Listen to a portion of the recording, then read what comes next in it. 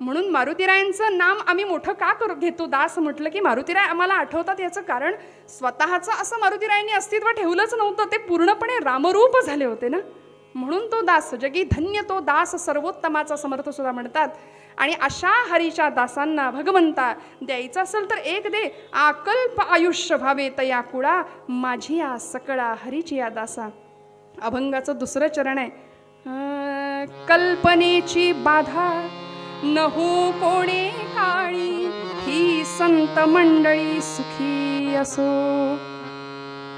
शब्द वापरला कल्पनेची बाधा. सर्वसामान्य माणसाचा गुणधर्म आहे, स्वभाव आहे की माणूस कल्पना विश्वामध्ये खूप रमतो.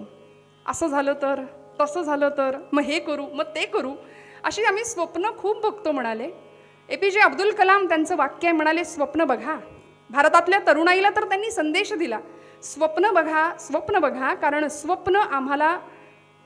स्वप्न विचारात येतात आणि ते विचार आम्हाला कृती करायला भाग पडतं. त्यामुळे अशी स्वप्न बघावीत. पण ही स्वप्न आम्हाला आमच्या जीवनाला योग्य दिशा देणारी असली पाहिजेत. म्हणून नामदेव महाराज म्हणतात की कल्पना विश्वामध्ये रमणं धोक्याचं आहे. याच अर्थाने मनामध्ये संशय असता कामा नये, कारण गीतेमध्ये गोपालकृष्ण सांगतात संशयात्मा विनश्यती. तो स्वतःही सुखी होत नाही आणि जगालाही सुख लागू देत नाही. मी आणि माझं ही जी बाधा आम्हाला जडली आहे, संशय पिशाचाचा संसर्ग आम्हाला लागलाय ना, तो नामदेव महाराज म्हणतात तो हरीच्या भक्तांना, तो संतांना, तो विष्णू भक्तांना लागता कामा नये.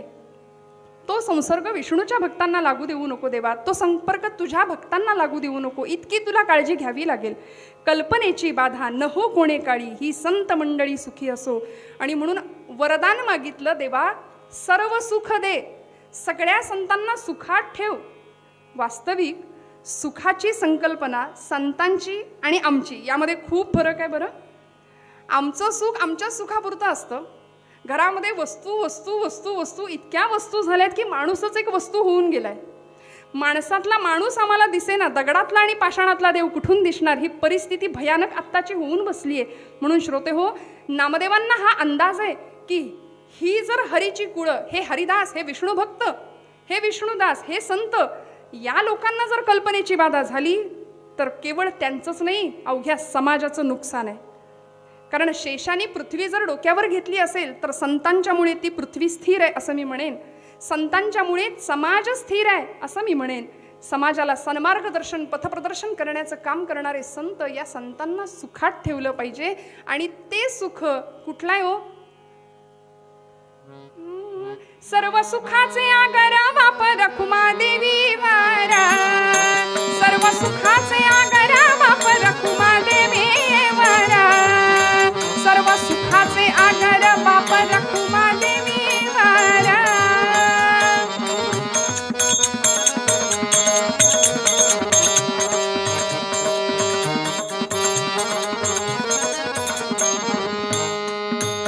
तो हा विठ्ठल बरमा, तो हा माधव बरवा, तो हा विठ्ठल बरवा, तो हा माधव बरवा, तो हा विठ्ठल बरवा, तो हा माधव बरवा, तो हा विठ्ठल बरवा, तो हा माधव बरवा.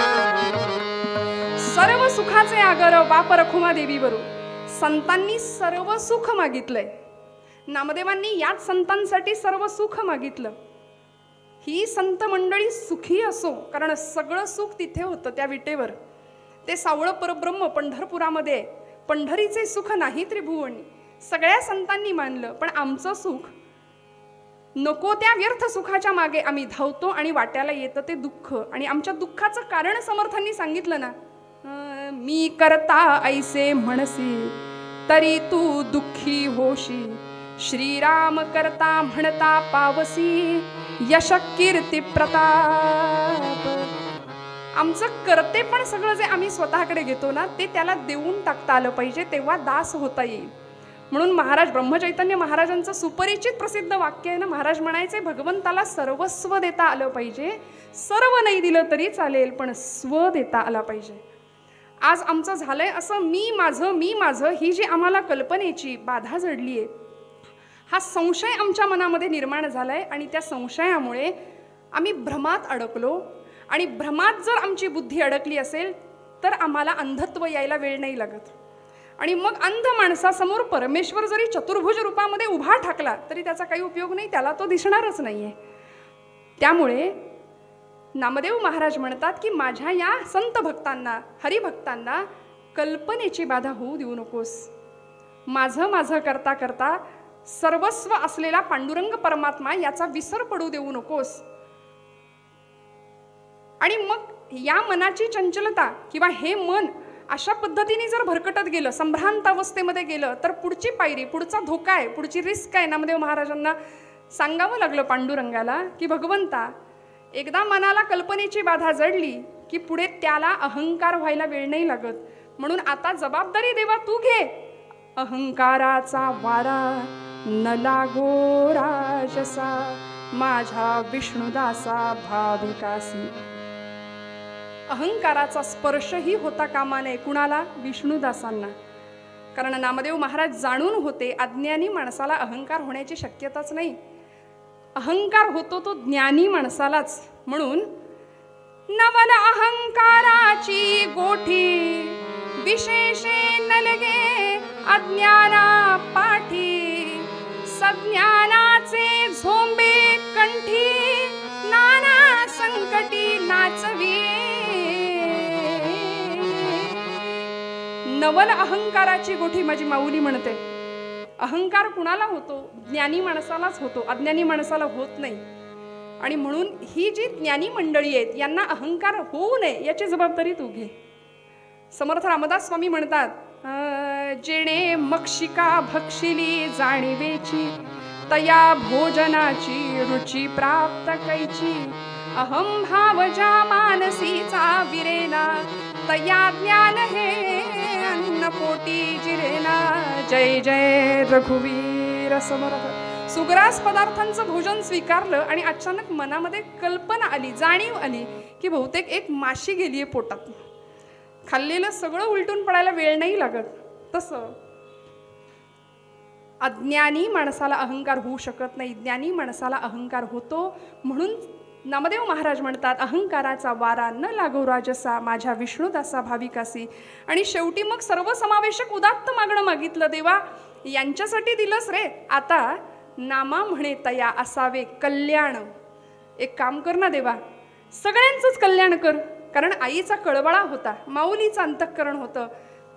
सगळ्यांचंच कल्याण कर, पण कुणाचं? ज्याच्या मुखामध्ये तुझं नाम आहे, ज्या मुखी निधान पांडुरंग, ज्याच्या आयुष्याचं निधान, ज्याच्या आयुष्याचं ध्येय, गंतव्य फक्त आणि फक्त तू आहेस ना, त्यांचं सगळ्यांचं कल्याण कर. पण श्रोते हो, अलीकडे आम्हाला सगळं आठवतं पण तो आठवत नाहीये. निधान आयुष्याचं ते असलं पाहिजे अशी अपेक्षा संतांची आहे. सध्या सेल्फीचं युग आहे ना. लोकांनी आम्हाला चांगलं म्हणावं ही अपेक्षाच नाही, आपणच आपल्याला चांगलं म्हणायचं सारखं. त्यामुळे या सगळ्यामध्ये आम्ही इतके अडकलो आहोत, माणूस माणसापासून दूर जातोय. कोरोनाच्या आपत्तीमुळे तर अजूनच ते अंतर वाढलं, भावनिक वाढलं, शारीरिक वाढलं, मानसिक वाढलं. संतांनी संवेदनशीलतेने जगाकडे यासाठी पाहिलं की माणसातलं देवत्व त्यांना जागं करायचं होतं. आणि म्हणून ती संवेदनशीलतेची भाषा जगाला कळावी. सगळे भरीचे भक्त गुण्यागोविंदांनी राहावेत, समाज पुढे सरकावा ही अपेक्षा होती संतांची. आज आम्ही शब्दांमध्ये पूर्वीच्या काळी चिन्हांची भाषा असायची, आता पुन्हा आम्ही उलटे चाललोत. कारण फेसबुक अकाउंट प्रत्येकाचं आहे, व्हॉट्सॲपवर प्रत्येकजण चॅटिंग करतो. नको त्या गोष्टींचा धुमाकूळ आज फेसबुकवर सुटलाय, आपण पाहतो. नको ती थिल्लर चॅलेंजेस आम्ही स्वीकारतोय. खरं चॅलेंज आम्हाला समर्थांनी शिकवलं, जगाचा तो भार आपुल्या शिरावर ऐसे थोडे तर वाटो द्या हो. हे चॅलेंज घ्या, संतांनी सांगितलं आम्हाला. पण आम्ही नको त्या गोष्टींमध्ये, आजूबाजूला इतकं मृत्यूचं भीषण तांडव सुरू असताना सुद्धा ती थिल्लर गोष्टींमध्ये गुंतून राहतो. याचा संतांना खेद वाटतो श्रोते हो. पांडुरंगाला कळवळून आर्जव करतात की बाबा रे, या सगळ्यांचं कल्याण कर, यांना बुद्धी दे, या सगळ्यांचं कल्याण कर, ज्या मुखी निधान पांडुरंग. मी म्हटलं आपण चिन्हात बोलायला लागलो, भाषा गेली. बघा ना व्हॉट्सॲपला ओके, आता तो ओके पण नाही, आता नुसता के. एकच गुच्छ, श्रद्धांजलीलाही तोच, वाढदिवसालाही तोच. आम्ही सीमित झालो. आणि जगामध्ये सगळीकडे दिसतंय ते मर्यादे पलीकडचं जीवन दिसायला लागलं.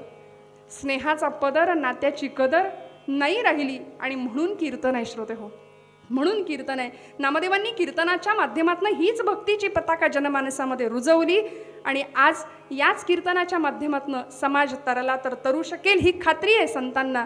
म्हणून अशा संतांना, अशा हरिभक्तांना, अशा हरिदासांना देवा तू मोठं कर. त्यांना अहंकाराचा वारा लागू देऊ नकोस, त्यांना कल्पनेची बाधा होऊ देऊ नकोस आणि ज्याच्या ज्याच्या मुखामध्ये तुझं नाम आहे त्यांचं सगळ्यांचं कल्याण कर पांडुरंगा. हे उदात्त मागणं नामदेव महाराज पूर्वरंगामध्ये आपल्या मूळ पदामध्ये अभंगामध्ये सांगतात. हे निधान कुणासमोर होतं, हे ध्येय कुणी समोर ठेवलं, एकमेव कृष्णचंद्र परमात्मा, एकमेव पंढरीश पांडुरंग. एवढंच निधान समोर ठेवून आयुष्यामध्ये जी अवतीर्ण झाली होती, जिने अवतार घेतला होता त्याच परब्रह्मामध्ये मिसळण्यासाठी, तिने कशा पद्धतीने त्याला प्राप्त करून घेतलं उत्तर भागामध्ये बघूया. पूर्वरंगात इथेच थांबते.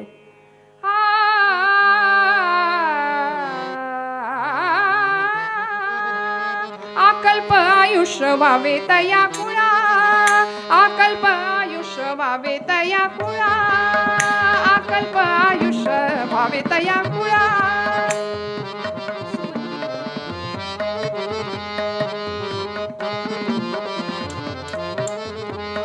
आकल्प आयुष्य व्हावे तया कुळा, आकल्प आयुष्य व्हावे तया कुळा.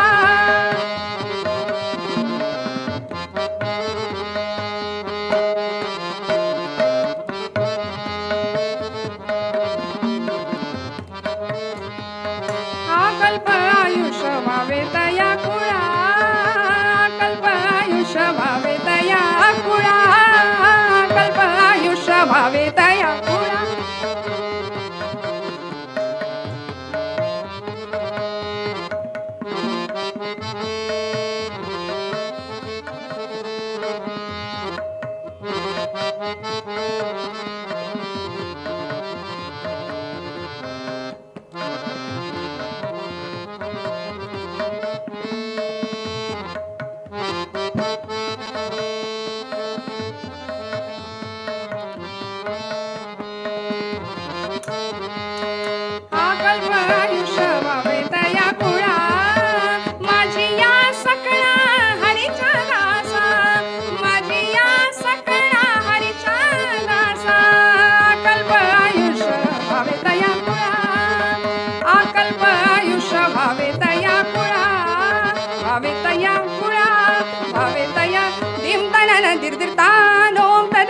dim tanana dirdir tanom tadere na dim tanana dirdir dim tanana dirdir dim tanana dirdir tanom tadere na dim tanana dirdir tanom tadere na dim tanana dirdir ta.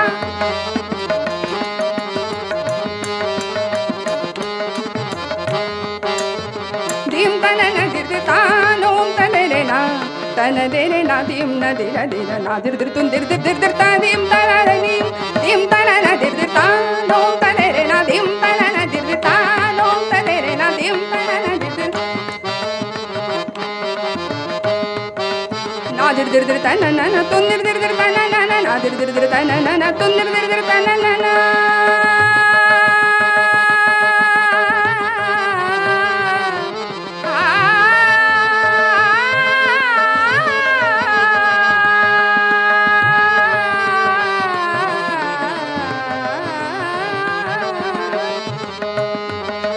Nadir dir dir ta na na na tundir dir dir ta na na na nadir dir dir ta na na na tundir dir dir ta na na na nadir dir dir ta na na na tundir dir dir nadir dir dir ta na na na tundir dir dir ta na na na tadim dim ta na na tadim dim ta na na tadim dim ta na tadim dim ta na na tadim dim ta na na tadim dim ta na na dha kita tak dhum kita tita kata gadi gana dha dha tita kata gadi gana dha dha tita kata gadi gana dha dim ta na na dir dir ta dim tanana dirdir ta nom tadere na dim tanana dirdir dim tanana dirdir dim tanana dirdir ta. पंढरीनुसार 2 क्षण भजन करूया आणि मग कथा भाग. श्रीराम जय राम जय जय राम श्रीराम जय राम जय जय राम श्रीराम जय राम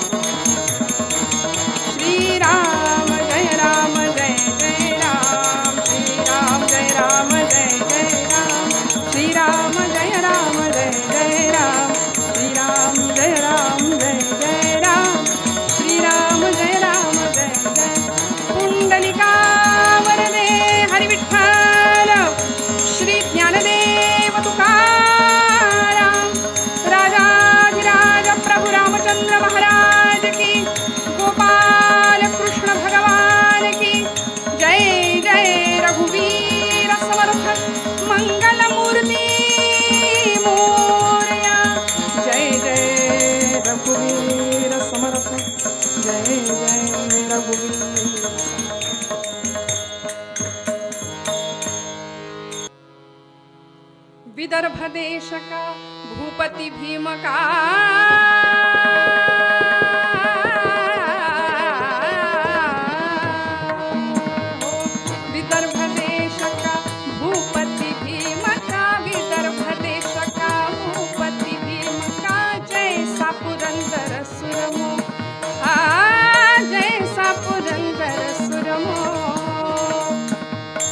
जैसा पुरंदर सुरमो भाग्यवंत बहु पुण्यशील नृप भाग्यवंत बहु पुण्यशील नृप भाग्यवंत बहु पुण्यशील नृप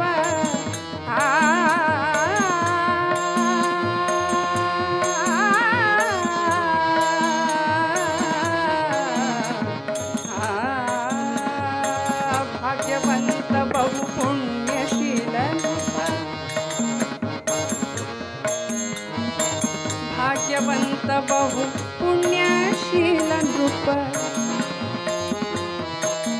भाग्यवंत बहु पुण्यशील नृप सोहत कुंडिनपुरमो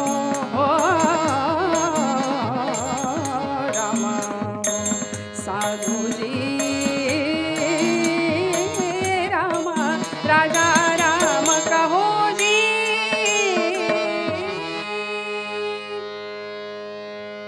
विदर्भ प्रदेश, विदर्भ देशाचा राजा राजा भीष्मक, सध्याचा वऱ्हाड प्रांत किंवा विदर्भ प्रांत आपण म्हणतो, आणि त्यामधलं अमरावती शहर पूर्वीचं कुंडिनपूर, आणि या विदर्भ प्रांताचा हा राजा भीष्मक प्रजेवरती पुत्रवत प्रेम, प्रजाहित दक्ष, अतिशय उदार उदात्त विनयशील स्वभावाचा, सदाचरणी, त्यामुळे प्रजेमध्ये कुणीही दुःखी नाही, सर्वांच्या चेहऱ्यावर आनंद आहे. पण चिंतेत होता तो स्वतः राजा, चिंताग्रस्त होता राजा भीष्मक आणि त्याची पत्नी शुद्धमती.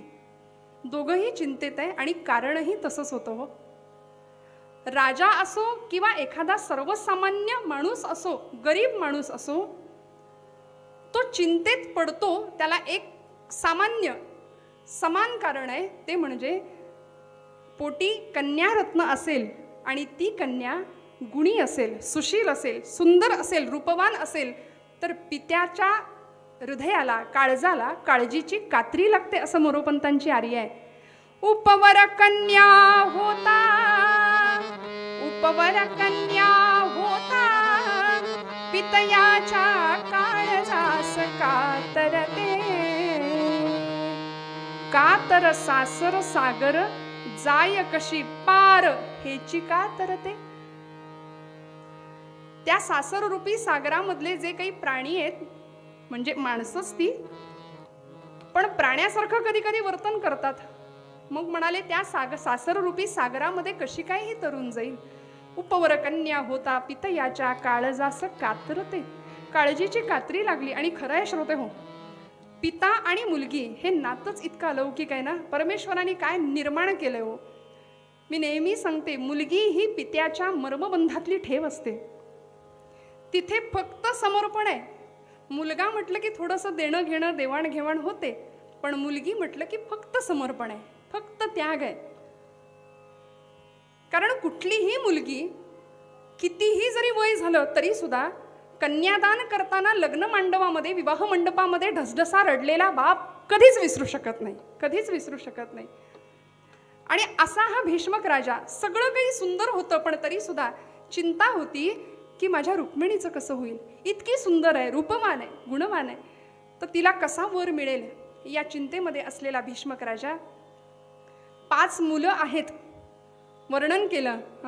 रुक्म्यग्रजो रुक्मरथो रुक्मबाहुरनंतरः रुक्मकेशी रुक्ममाली रुक्मिण्येषा स्वसा सती. 5 भावांच्या पाठीवर ही जन्माला आलेली साक्षात अंबा, साक्षात लक्ष्मी, त्या परब्रह्माचीच माया पुन्हा एकदा त्या ब्रह्माला प्राप्त करून घेण्यासाठी जन्माला आलेली. जन्म झाला. या 5 भावांमधले जे कनिष्ठ भाऊ होते ते अत्यंत सदाचारी होते, नम्र होते, विनयशील होते, पण ज्येष्ठ होता तो युवराज होता हो. त्यामुळे सत्ता हातात आली, युवराज पदाची खुर्ची होती, त्यामुळे थोडासा अहंकारी आणि याहीपेक्षा आई वडील कितीही संस्कारी असले, कितीही संस्कार प्रदान करणारे असले तरी सुद्धा मूल घरातून बाहेर पडल्यानंतर आजूबाजूला कुठली चौकडी आहे त्यामध्ये सुद्धा प्रकार असतात. आपल्याकडे त्या चौकडीला नाव आहे प्रसिद्ध. बरं, या रुक्मीला जे मित्र भेटले होते तो मगध सम्राट जरासंध, चेदिनरेश, शिशुपाल, पौंड्रक, शाल्ब हे सगळे त्याचे मित्र, वक्रदंत, हे जर सगळे मित्र असतील तर सुधारण्याची शक्यताच नव्हती. आणि अशा वेळी हा रुक्मी अत्यंत गर्विष्ठ, पित्याची आज्ञा कधीच पालन न करणारा, आणि या 5 भावांमधली ही सगळ्यात धाकटी मुलगी म्हणजे रुक्मिणी कोण होती, कशी होती हो? कवी वर्णन करतात, विदर्भ नृपनंदिनी सगुण सुंदरी भीमकी, रती ही तुलता तिच्या पदन खास वाटे फिकी, धरुनी अवतार ये परम मंगला श्रीरमा, विवाह परिसातीचा सकल घालवी जो श्रमा. पंढरीनाथ महाराज की. म्हणाले, रुक्मिणी स्वयंवर या विवाहाचं किंवा या आख्यानाचं श्रवण जरी केलं तरी आमचे सगळे श्रम निघून जातात. म्हणून आजचं हे मागणीपर कीर्तन आणि त्याच अनुषंगाने स्वयंवर आख्यान घेण्याचा मानस केला. नाथांनी सुद्धा रुक्मिणी स्वयंवराचीच रचना केली याच कारणासाठी की आमचे सगळे श्रम, सगळे ताप, दुःख नाहीशी व्हावीत. आणि अशी ही रुक्मिणी उपवर झालेली आहे. नवस केलाय जगदंबेकडं की आई जगदंबे, तू सुद्धा तपश्चर्येच्या जोरावरती इच्छित वर पाहून घेतलास, तसं तुझ्या आशीर्वादाने या जन्मात मला हवा तोच पती, कोण जो योगियांना सुद्धा दुर्लभ आहे, थोर मोठाले ऋषी महंत संत मुनी ज्याला मिळवण्यासाठी तपश्चर्या करतात, तो मला प्राप्त व्हावा हा नवस केला. आणि दिवसामागून दिवस जात आहेत. भीष्मक राजाचा दरबार भरलेला आहे. दरबारामध्ये राजाच्या सिंहासनावर राजा उपस्थित आहे. छत्र चामरं ढळली जात आहेत. अष्टप्रधान मंडळ आपापल्या मानाप्रमाणे दरबारामध्ये बसलेलं आहे. आणि अशा वेळी राजाची ही अत्यंत लाडकी कन्या रुक्मिणी शेजारी आहेच. सगळं काही, प्रत्येकाच्या चेहऱ्यावर आनंद आहे, सगळे खुश आहेत. पण अशा वेळी भीष्मक राजा चिंतेत आहे फक्त या कारणासाठी की रुक्मिणीचं कसं होईल, रुक्मिणीला वर कोण मिळेल, कसा असेल, कसा दिसेल. आणि याच वेळी या राजदरबारामध्ये एक अत्यंत तेजस्वी, तेजपुंज, वेदशास्त्र पारंगत ब्राह्मण उपस्थित झाले. कीर्तिनामा द्विजराज सभे आला, कीर्तिनामा द्विजराज सभे आला, कीर्तिनामा द्विजराज सभे आला.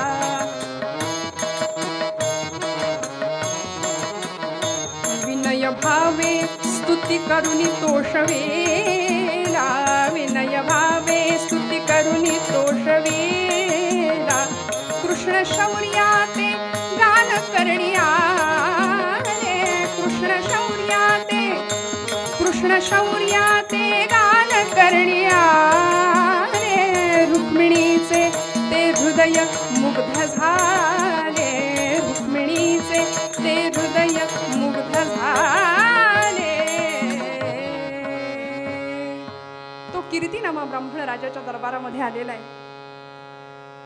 राजाने यथोचित सत्कार केला, स्वागत केलं, सन्मान केला. आणि कीर्तिनामा हा वेदाभ्यासी होता. त्यांनी विचारलं, राजे हो, आपल्या चेहऱ्यावर चिंतेची रेष स्पष्ट दिसतीये, काय कारण आहे?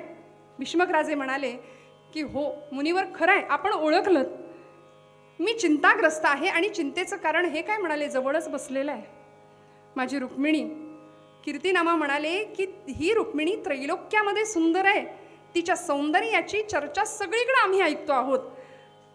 रतीपेक्षाही सुंदर असलेली ही रुक्मिणी, हिच्या विवाहासाठी आपण जर एवढे चिंतातूर असाल ना, तर मी एक सांगतो, आत्ताच द्वारकेहून आलोय. पृथ्वी पर्यटन करणारे होते कीर्तिनामा.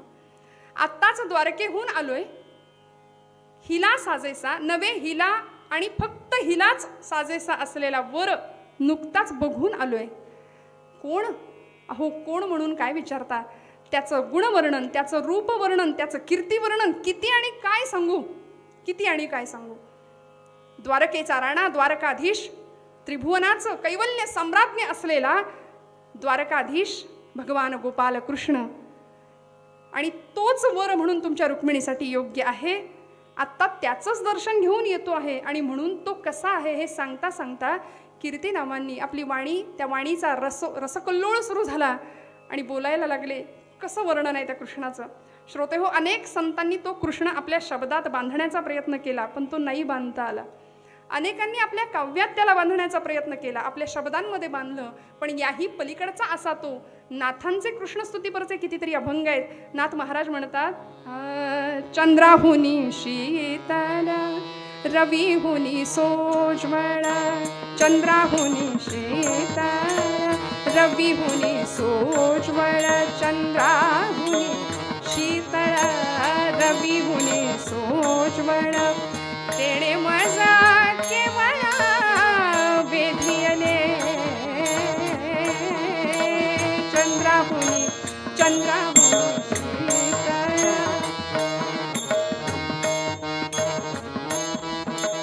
सावळा देखियला नंदाचा नंदन, राजस सुकुमार मदनाचा पुतळा. किती किती वर्णन करावं संतांनी. आमच्या कराडचे विठोबांना दफ्तरदार नारदीय कीर्तनाला कटाव नावाचं वृत्त ज्यांनी दिलं, वर्णन केलं, काय भगवंत आहे. श्रवणी मनोहर मकर कुंडले, फुल्लगल्ल कर्णात दीर्घ सुप्रसन्न लोचन, इंदु बदन तिल पुष्प नासिका, कुंदरदन हनु अधर बिंबगत हास्य मंद मंद, हास्य मंद मंद, हरि हा आनंदाचा कंद, आनंदाचा कंद, हरि हा भक्त सखा गोविंद. सजल नीरद श्याम तनू नवरत्न खचित सौवर्ण, मुकुट शिरपेच दुरावर कलगी विराजित, कुटिलालक निटिलासी कस्तुरी, तिलक केशरी गंधा, तिलक केशरी गंधा, हरि हा आनंदाचा कंद, आनंदाचा कंद, हरि हा भक्त सखा गोविंद, आनंदाचा कंद, हरि हा भक्त सखा गोविंद. गोपाल कृष्ण भगवान की. भगवंतांचं वर्णन सुरू आहे. दरबारातला प्रत्येक जण मंत्रमुग्ध होऊन गेलाय. कीर्तिनामा भक्ती उद्रेक झाला होता, आवेगात बोलत होते, सगळ्या रसांचा कल्लोळ होत होता. आणि अशा वेळी प्रत्येकाच्या डोळ्यातनं कधी अश्रुधारा व्हायला लागल्या कळलं नाही. रुक्मिणी तिच्या तर हृदयामध्ये साक्षात कृष्णमूर्त प्रकट झाली, भक्तिप्रेमाचा उद्रेक झाला आणि काही क्षणातच रुक्मिणी मूर्छित झाली. तिची बाह्यस्फूर्ती मावळून गेली, मूर्छित झाली आणि धरणीवर कोसळली. दासी धावल्या, राजकुमारीला रुक्मिणीला धरलं, तोंडावर पाणी मारलं, कुणी वारा घालते. राणी शुद्धमती आली, आपल्या लेकीची दृष्ट तर लागली नसेल ना म्हणून दृष्ट काढली. आणि या प्रसंगामध्ये हे वर्णन ऐकून, त्याच्या गुणांचं, त्याच्या कीर्तीचं, त्याच्या शौर्याचं, त्याच्या रूपाचं वर्णन ऐकून जर रुक्मिणीची ही अवस्था झाली असेल, तर आता मात्र हीच कृष्णाला, रुक्मिणी कृष्णालाच द्यायची. हा निर्णय दोघांचाही, राजा राणीचा पक्का झाला, सर्व दरबारचा हा निर्णय पक्का झाला. राजा तर म्हणत होता की कन्यादानासारखं दुसरं पुण्य नाही.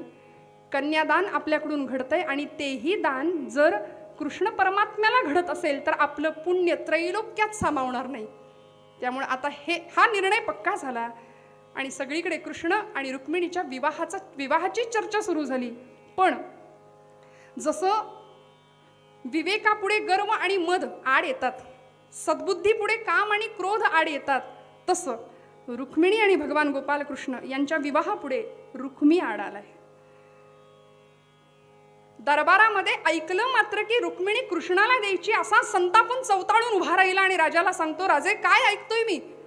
आपण छत्र चामर मंडित राजे आहात, क्षत्रिय कुलावतंस आहात, आणि काय शोधून शोधून जावई शोधला हो? तो गवळी, तो कृष्ण.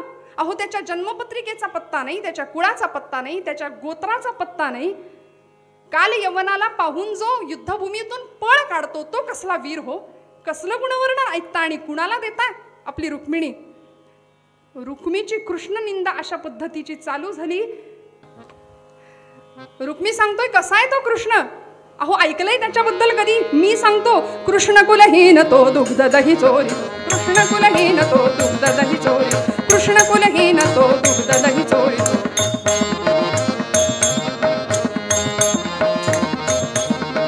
कृष्ण कुलहीन तो दुग्ध दही चोरितो, खिल्लरे राखितो गवळियांची, खिल्लरे राखितो गवळियांची, कृष्ण कुलहीन तो दुग्ध दही चोरितो.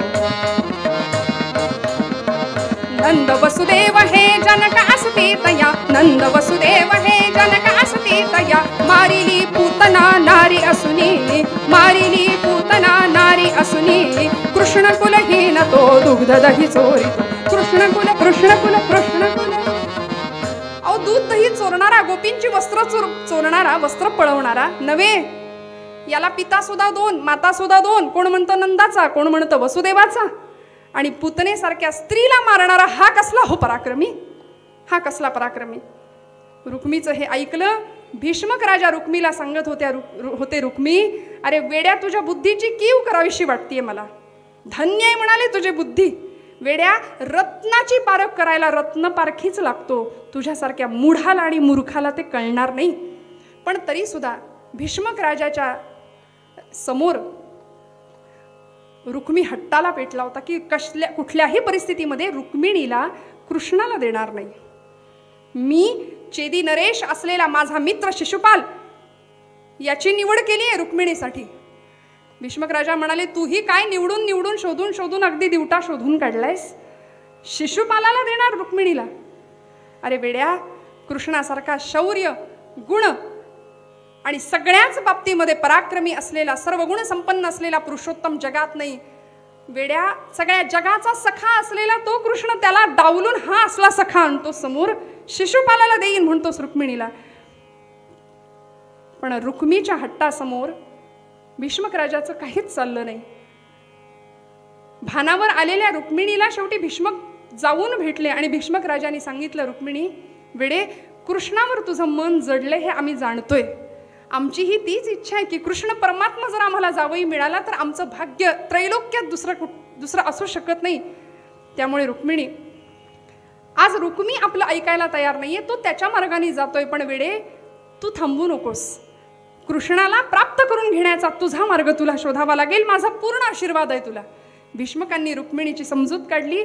पण रुक्मिणीला ज्यावेळी कळालं की शिशुपालाशी आपला विवाह व्हावा या तयारीमध्ये दुर्योधन आहे, विवाहाची जय्यत तयारी सुरू आहे, त्यामुळे रुक्मिणी प्रचंड व्याकुळ झाली आहे, आर्त झाली आहे की भगवंताशीच आपला विवाह व्हावा. कारण त्यासाठीच तर हा सगळा घाट घातला होता, त्यासाठी अवतीर्ण झाले माया रुक्मिणी स्वरूपामध्ये त्या परब्रह्माला प्राप्त करून घेण्यासाठी. आणि तो जर मिळणार नसेल तर या देहाचा किंवा या अवताराचा उपयोग काय. म्हणून व्याकुळ झालीये. सगळ्या सख्यांना विचारतीये, काय झालं. आत्ता वर्णन ऐकत होते त्यांचं, त्यांच्याशीच माझा विवाह होणार ना. दासी सख्या म्हणतायत, राजकुमारी तुमचा विवाह त्याच्याशी होणार होता, पण आता शिशुपालाशी विवाह निश्चित झालाय म्हटल्यानंतर रुक्मिणीची अवस्था फार विलक्षण आर्त झाली. व्याकुळ स्वरामध्ये कृष्णाची विनवणी करते. आणि काय अवस्था आहे.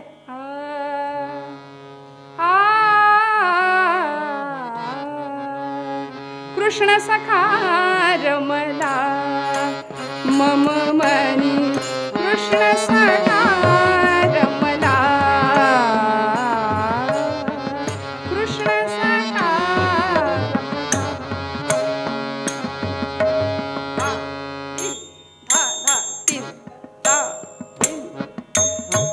रमला मम मनी, कृष्ण सखा रमला, नचरणी आप्तमधा सजला मम मनी, कृष्ण सखा रमला, रमला रमला रमला. रुक्मिणीची ही अवस्था सगळ्यांना कळत होती. पण रुक्मी हट्टाला पेटलेला. सगळ्यांना निमंत्रण धाडली सुद्धा. पालख्या, रथ, घोडे, हत्ती, मेणे आणायला पाठवलं आणि जबाबदारीने याची खबरदारी घेतली की द्वारकेला कुठल्याही पद्धतीचं निमंत्रण पोहोचता कामा नये. पण रुक्मिणीने त्या क्षणी तातडीने निर्णय घेतला. राज्याचे कुलपुरोहित असलेले सुदेव यांना बोलावून घेतलं. वेदशास्त्र संपन्न सदाचरणी वेदाभ्यासी असलेले सुदेव धावत आले. राजकुमारीची सगळी परिस्थिती समजून घेतली, तिची व्यथा तिची ती व्याकुळता अनुभवली, पाहिली आणि म्हणाले, रुक्मिणी काळजी करू नकोस, मी नक्की आणतो कृष्ण परमात्म्याला. अगं माझं जन्मोजन्मीचं भाग्य आज फळाला आलंय. का? कारण योग्यांना दुर्लभ असलेला तो परमात्मा, त्याचं सगुण साकार रूप आज मला तुझ्या निमित्ताने भेटायला बघायला मिळणार आहे. रुक्मिणी माते, तुझीच खरं तर माझ्यावर अनंत कृपा आहे, अनंत उपकार आहेत. मी खात्री देतो, मी आत्ता जातो आणि भगवान गोपालकृष्णांना घेऊन येतो. अगं गजेंद्राने हाक मारली, गजेंद्रासारख्या पशूंनी हाक मारली तर त्यांनी उडी घालायला वेळ नाही लावला. तो आला, तुझी तर हाक तो नक्कीच ऐकेल, काळजी करू नकोस. फक्त त्याला जाऊन काय सांगू तेवढं सांग म्हणजे झालं. रुक्मिणी सांगतेय, महाराज आपण श्रेष्ठ आहात, आपण विद्वान आहात, वेदाभ्यासी आहात, तेव्हा तिकडे जाऊन काय बोलायचं हे आपणच ठरवा. सुदैवांनी सांगावं, अगं वेडे, माझी विद्वत्ता, आमची विद्वत्ता एखाद्या वटवृक्षासारखी असते, विस्तीर्ण असते, पण त्याला सुवासिक फुलं नाही आहेत. जग आसमंत उजळून टाकणारं एखादं फूल आमच्या या वटवृक्षाला येऊ शकत नाही, पण मोगरीच्या वेलीला एखादं सुंदर मोगऱ्याचं फूल आलं ना की तो आसमंत उजळून निघतोच.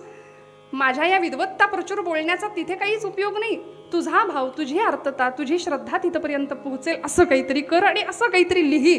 रुक्मिणीने लिहायला घेतलं श्रोते हो, आणि जगाच्या इतिहासातलं पहिलं लिखित प्रेमपत्र अवतरलं. धवल रेशमी पत्रावरती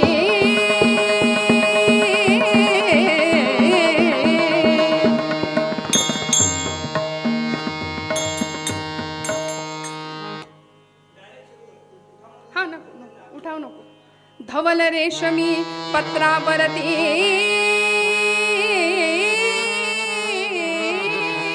धवल रेशमी पत्रावरती केशरी रंगे लिहिले. धवल रेशमी पट्टावरती केशरी रंगे लिहिले. अशा परी विश्वातील पहिले प्रेमपत्र अवतरले. रामा साधुजी रामा राजा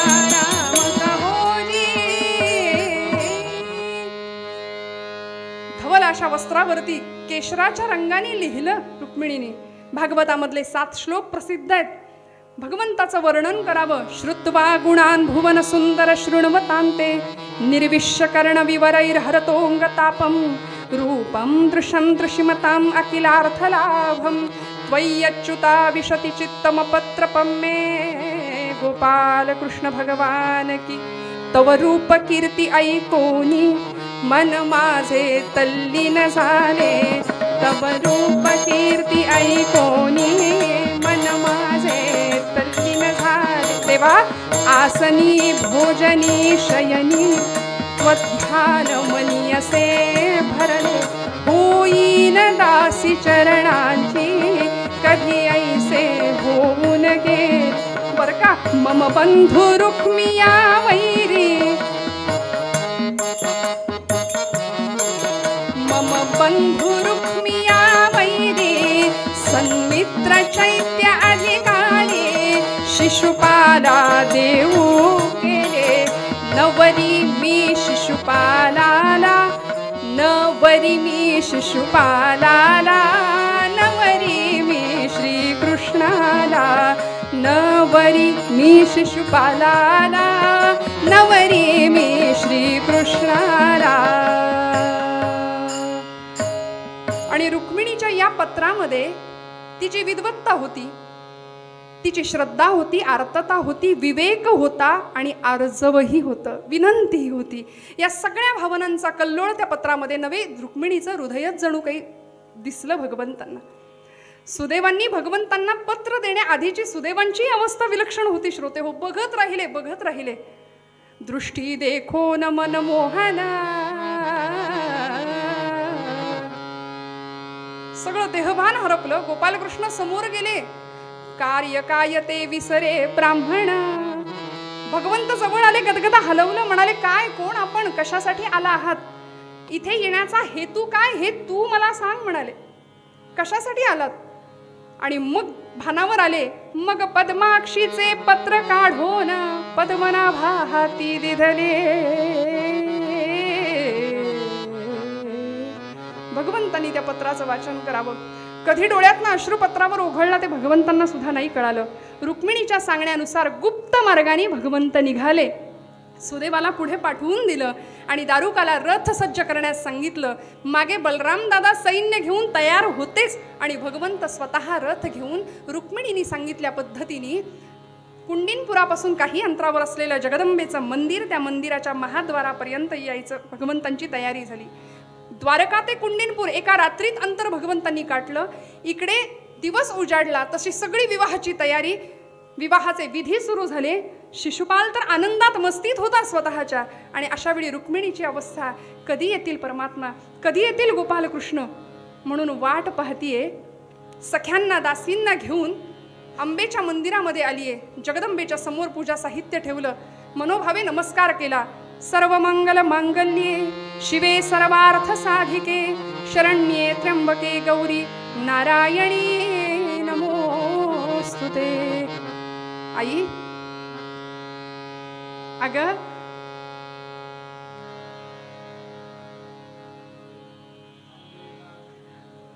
अंबेला नमुनी म्हणे कन्येला प्रसवतात ज्या माता, त्या लटिक्या तुझी खरी कृष्णाची तुझ योग्य होईल ज्या माता. तोच तुझ्यासाठी जावई म्हणून योग्य आहे. बरं आई कृपा कर म्हणून नमस्कार करावा. चरणांवर मस्तक टेकलं आणि जगदंबेच्या गळ्यातली नीलकमळांची माळा रुक्मिणीच्या गळ्यामध्ये येऊन पडली. शुभशकून मिळाला. निश्चित झाला संकल्प की आता हीच माळ कृष्णांच्या गळ्यामध्ये घालणार. म्हणून वळडी माघारी तसे गोपालकृष्ण समोर रथामध्ये उभे असलेले, सज्ज असलेले दिसले. रुक्मिणी रथामध्ये चढण्यासाठी भगवंतांनी स्वतः आपला हात दिला. रुक्मिणी रथामध्ये चढली आणि खऱ्या अर्थी ज्यासाठी हा सगळा अट्टाहास होता ते परब्रह्माचं आणि त्या मायेचं मिलन झालं. रुक्मिणीने भगवंतांच्या गळ्यामध्ये ती पुष्पमाला अर्पण केली.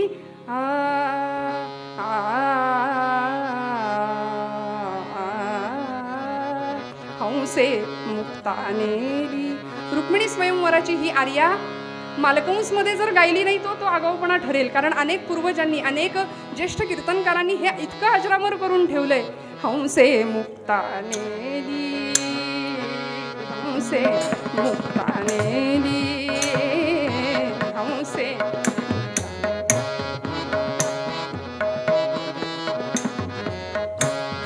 नेली, हंसे मुक्तानेली नेली. मग केला कलकलाट काकानी, हाकानी नभ भरले, हाकानी नभ भरले.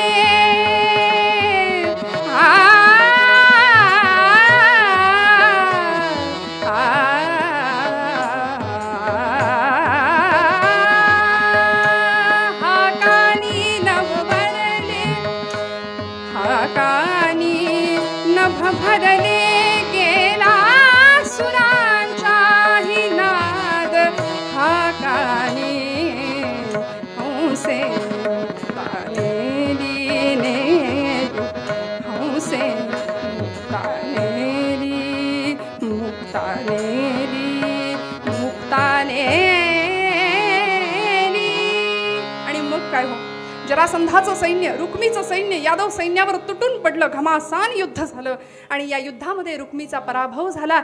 ज्यावेळी भगवान रुक्मिणी कृष्ण निंदा केली आणि ती निंदा असे शब्द रुक्मीच्या मुखातून भगवंतांनी ऐकले. रुक्मी सांगत होता की कृष्णा, अरे चोरट्या, माझ्या बहिणीला पळवून नेताना तुला लाज नाही वाटली? रुक्मिणी, तू याच्यासोबत जाऊन तुझ्या भावाचा अपमान केलायस ना, तर लक्षात ठेव भविष्यामध्ये याचा आणि तुझा वियोग झाल्याशिवाय राहणार नाही.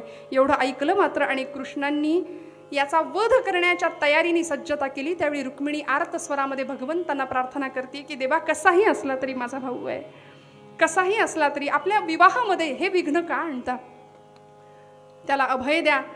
मग न मारता वीराला मारायचं कसं, न मारता एखाद्याला कसं मारायचं, या दृष्टीने शास्त्रानुसार भगवंतांनी तेच केलं की एखाद्या क्षत्रियाची मानखंडना करणं हा त्याचा एक प्रकारचा वधच असतो. त्याचं विरूपीकरण भगवंतांनी केलं.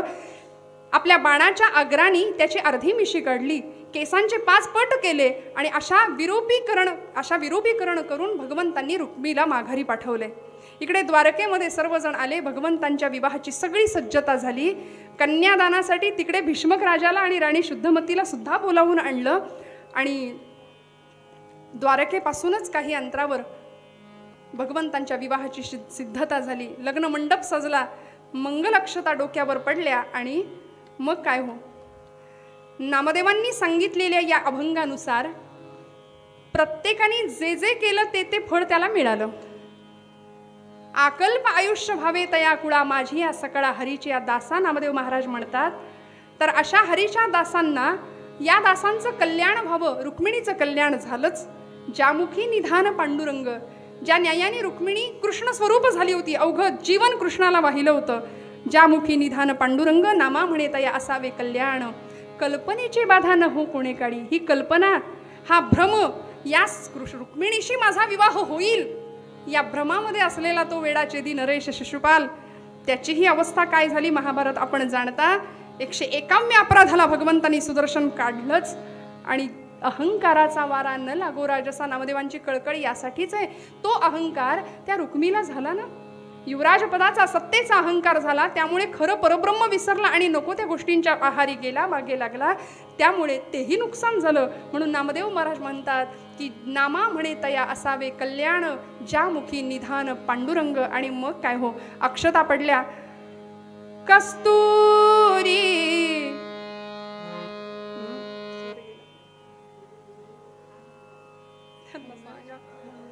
कस्तुरी तिलकं ललाट पटले, वक्षस्थले कौस्तुभं नासाग्रे वरमौक्तिकं करतले, वेणुकरे कंकणं सर्वांगे हरिचन्दनं सुललितं, गोपाल कंठे च मुक्तावलिः, गोपस्त्री परिवेष्टितो विजयते, गोपाल चूडामणिः.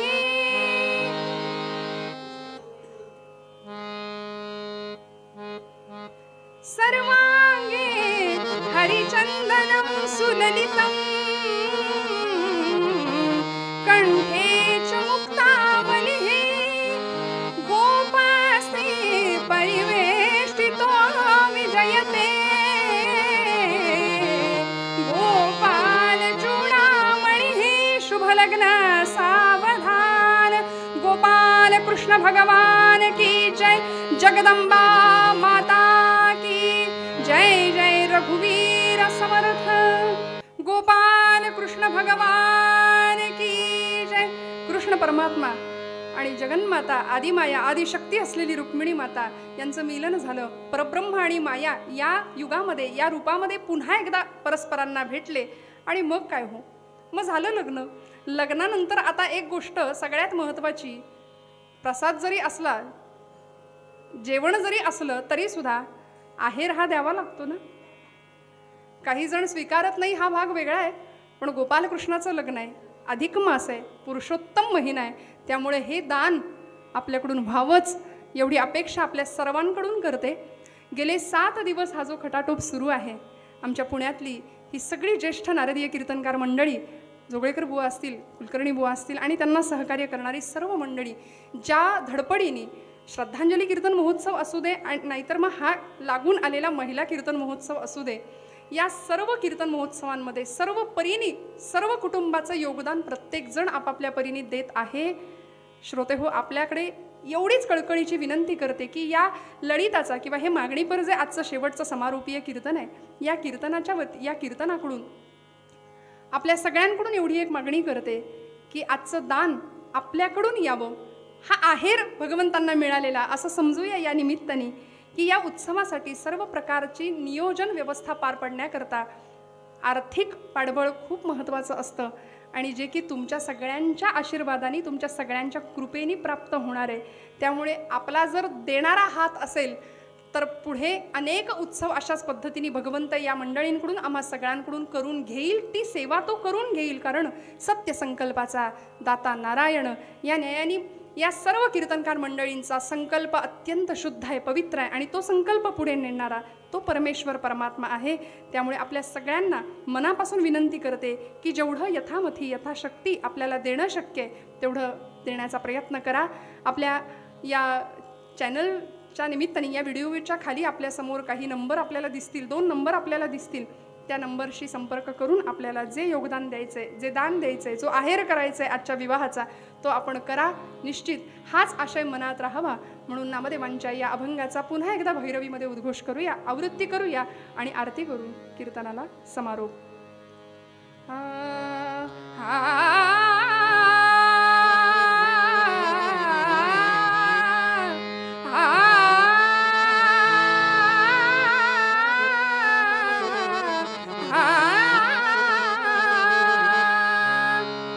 आकल्पायुष भावे तया कुळा, आकल्पायुष भावे तया कुळा, आकल्पायुष भावे तया कुळा.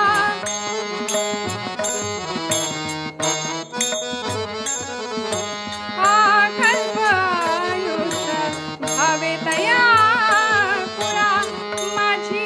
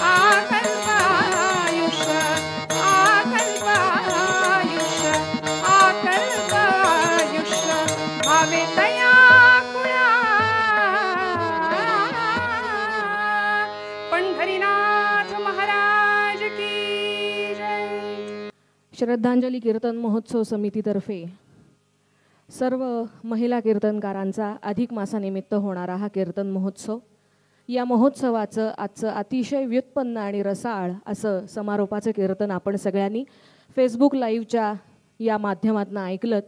याकरता, या कीर्तन महोत्सवाकरता पुणे दर्पण या लाईव्ह चॅनलच्या सहकार्याने आम्ही आपणा सर्व श्रोत्यांपर्यंत, मग ते भारतातले असतील, भारताबाहेरचे असतील, अशा अनेक कीर्तनप्रेमींपर्यंत आम्ही सगळे पोहोचू शकलो आहोत. मंडळी, एखादा महोत्सव करायचा असतो तेव्हा त्या महोत्सवाला अगदी खारीच्या वाट्यापासून रामचंद्राच्या शिवधनुष्यापर्यंत सगळं काही लागत असतं आणि या प्रत्येक गोष्टीचा जर विचार केला तर हा महोत्सव सुफळ संपूर्ण होण्यासाठी आम्हाला अनेकांचं सहकार्य लाभलेलं आहे. याच्यामध्ये हे लाईव्ह शूटिंग करण्यासाठी जी जागा आम्ही ज्यांच्याकडे मागितली किंवा ज्यांच्या सहकार्याने आम्हाला मिळाली असे आमचे यत्नाळकर काका आणि त्यांची मुलगी, अशा या दोघांचेही मी मनापासून आभार मानते. त्याचबरोबरीनं एक गोष्ट या महोत्सवाची आपल्याला अगदी निक्षून कळली असेल, लक्षात आली असेल की हा महिला कीर्तनकार महोत्सव आहे. त्यामुळे मधली कीर्तनकार व्यक्ती ही जर महिला असेल तर तिला साथसंगत करणाऱ्याही दोन्ही व्यक्ती या महिलाच असल्या पाहिजेत. याकरता पुण्याच्या आणि पुणे परिसरात असलेल्या ज्या काही महिला कलाकार आहेत त्याच आम्ही संवादिनी साथीसाठी आणि तबल्याच्या साथीसाठी इथे बोलवण्याचा एक अल्पसा प्रयत्न केला होता, त्यांना आवाहन केलं होतं. त्याही सगळ्याजणी याच्यामध्ये आनंदाने आम्हाला सहकार्य द्यायला तयार झाल्या. त्यामुळे या 7 दिवसाच्या महोत्सवामध्ये ज्या ज्या साथीदारांनी, महिला साथीदारांनी आम्हाला ही साथ करण्याचं मान्य केलं आणि ती अतिशय सुंदरपणाने निभावली, अशा या महिला साथीदारांचीही मी अतिशय मनापासून आभारी आहे. सगळ्यात महत्त्वाचा विषय तो म्हणजे हे सगळं नियोजन करत असताना गेले 6 दिवसाच्या कीर्तनामध्ये या लाईव्हच्या माध्यमातून अनेक श्रोत्यांच्या अनेक प्रतिक्रिया आमच्यापर्यंत पोचत आहेत आणि त्या पोचत असताना त्यांचं जे शाब्दिक पाठबळ आहे ते देखील इथून पुढे अनेक असे महोत्सव करण्यासाठी आमच्या पाठीवरती कौतुकाची थाप म्हणूनच आम्ही घेणार आहोत. कसं असतं, कितीही मोठी संकट आली तरी मला इथे त्या कवितेचे शब्द आठवतात की मोडून पडली पाठ पण मोडला नाही कणा, पाठीवर हात ठेवून फक्त लढ म्हणा. ही जी वृत्ती आहे, ही वृत्ती आम्ही सर्व कलाकारांनी आणि आम्ही सर्व कीर्तनकारांनी अंगी बाणवली आहे. आणि म्हणूनच आलेल्या या महाभयंकर रोगाच्या साथीमधून सुद्धा केवळ चिरंतन राहतं असं हरिनाम संकीर्तन या वेगवेगळ्या रूपानं तुमच्यापर्यंत पोचवण्यासाठी आम्ही आमची ही सत्कर्माची अंजुली हातामध्ये घेतलेली आहे. ती आता श्रोत्यांच्या पायी आम्ही अर्पण करणार आहोतच या आणि इथून पुढच्या अनेक महोत्सवाच्या साथीनं. आणि याकरता सगळ्यात महत्त्वाची गोष्ट आहे हो, साथीदार मिळाले, रंगमंच मिळाला, माईक मिळाला, शूटिंगसाठी कॅमेरा मिळाला, सगळं काही मिळालं, पण याकरता लागते ती लक्ष्मीची म्हणजे आर्थिक साथ. सगळी सोंग करता येतात पण पैशाचं सोंग आणता येत नाही हे म्हणतात ना, ते काही खोटं नाही. आणि याकरता आम्हा हरदासांची ही झोळी आता मी तुमच्या पुढे पसरणार आहे. ताईंनी मगाशी सांगितलं त्याप्रमाणे हे कीर्तन चालू असताना, तुम्ही फेसबुकवर हे लाईव्ह ऐकत असताना खाली 2 व्यक्तींची नावं इथे जाहीर होत आहेत, ज्यांचे गुगल पेचे नंबर आपल्यापर्यंत पोचत आहेत. आपल्याला जर खरोखर आम्ही केलेला हा उपक्रम अतिशय स्तुत्य वाटला असेल, आपण आम्हाला सहकार्य करू इच्छित असाल तर आपलं आर्थिक सहाय्य स्वीकारायलाही आम्ही अतिशय मनापासून स्वीकारतो आहोत. आम्हाला ते मान्य आहे. शेवटी कसं आहे माहिती आहे का, कीर्तनकारानं कीर्तन जगवणं, कलाकारानं कला जगवणं हे सतीचं वाण जपण्यासारखं असतं. आणि म्हणूनच आम्हा सगळ्या तरुण पिढीकडनं किंबहुना हे आयोजन करणाऱ्या सगळ्या ज्येष्ठ कीर्तनकार आयोजक मंडळींकडनं एवढंच सांगते, उतणार नाही, मातणार नाही, घेतला वसा टाकणार नाही. कीर्तनकार हा 2 तास कीर्तनकार असला तरी उरलेले 22 तास तो समाजाशी आपल्या इतिहासाचं, पुराणाचं सगळं काही महत्त्व पटवून देणारा एक कॉन्सिलर असतो. आणि या न्यायाने आम्ही सगळे तुमच्या पुढे उभे आहोत. आपण सहकार्य कराल यात शंकाच नाही. मी एवढं निवेदन करून रोहिणीताईंना आरतीसाठी उभं राहायला सांगते आणि आरती करण्याची विनंती करते. धन्यवाद. चिदान देगा देवा तुझा विसर न व्हावा, गुण गाई